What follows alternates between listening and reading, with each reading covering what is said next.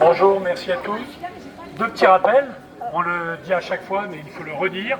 Notre manifestation n'est pas une manifestation antisémite, c'est une manifestation contre le gouvernement israélien réactionnaire et sa politique. La deuxième chose, aujourd'hui, le pire ennemi des populations israéliennes, que ce soit en France ou dans le monde, le pire ennemi, c'est d'Israël, c'est le gouvernement israélien.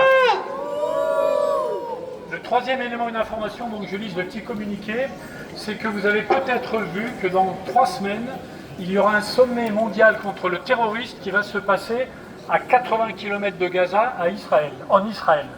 Donc il faut absolument que ce sommet se passe ailleurs. C'est une véritable provocation, c'est une humiliation de la communauté internationale que ce sommet contre le terrorisme se passe à côté de Gaza. Maintenant, si vous n'avez pas eu l'occasion de le lire cette semaine dans l'Humanité, un communiqué a été publié par un très grand nombre d'organisations et de responsables d'organisations. Il est très simple, il rappelle les choses que l'on dit depuis presque 2 ans maintenant, mais je vais les relire parce que tout doucement la liste s'allonge et nous sommes de plus en plus au niveau national et au niveau international à manifester contre cette politique génocidaire du gouvernement Netanyahou. Donc, tribune de l'Humanité pour tous les signataires, je ne vais pas les lire, ça serait beaucoup trop fastidieux. Je relis simplement le communiqué.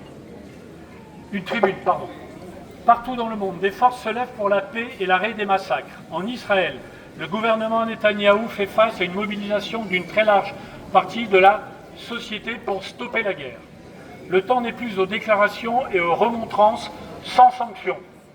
La France doit reconnaître maintenant et sans condition l'État de Palestine dans les frontières de 1967 pour préserver la perspective de 2 États vivant côte à côte dans la sécurité et le respect mutuel de leurs droits.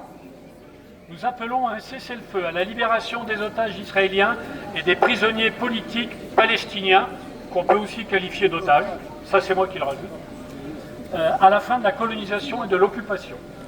La France doit peser de tout son poids pour stopper la famine à Gaza, imposer un embargo sur les armes et sanctionner le gouvernement de Netanyahou par tous les moyens, à commencer par la suspension de l'accord d'association entre l'Union européenne et Israël, puisque son article 2 sur le respect des droits humains n'est pas respecté. Là également, la lenteur de l'Union européenne est abyssale. Il est plus que temps pour la France d'agir, et il est déjà bien tard. Dans le cadre